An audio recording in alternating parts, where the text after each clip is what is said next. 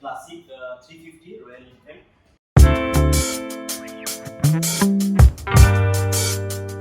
ইয়াতে আমি আজি PPF কৰাম। Firstly, আমি PPF কৰাবৰ কাৰণে ইয়াত completely decontamination কৰি লেতেৰা আছে বা জাংক আছে এইবিলাক আমি আঁতৰাম, পলিশ কৰাম গাড়ীখন, তাৰপিছত আমি ইয়াতে PPF কৰাম।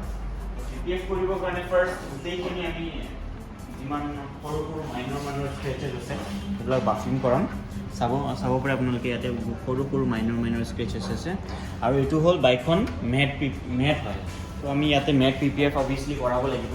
চাই থাকিব ভিডিঅ'টো এণ্ডলৈকে। সাবস্ক্ৰাইব কৰিব আমাৰ চেনেলটো, ইয়াৰ পিছত আৰু নতুন ভিডিঅ'ছ আহি আছে, লাইকো কৰিব।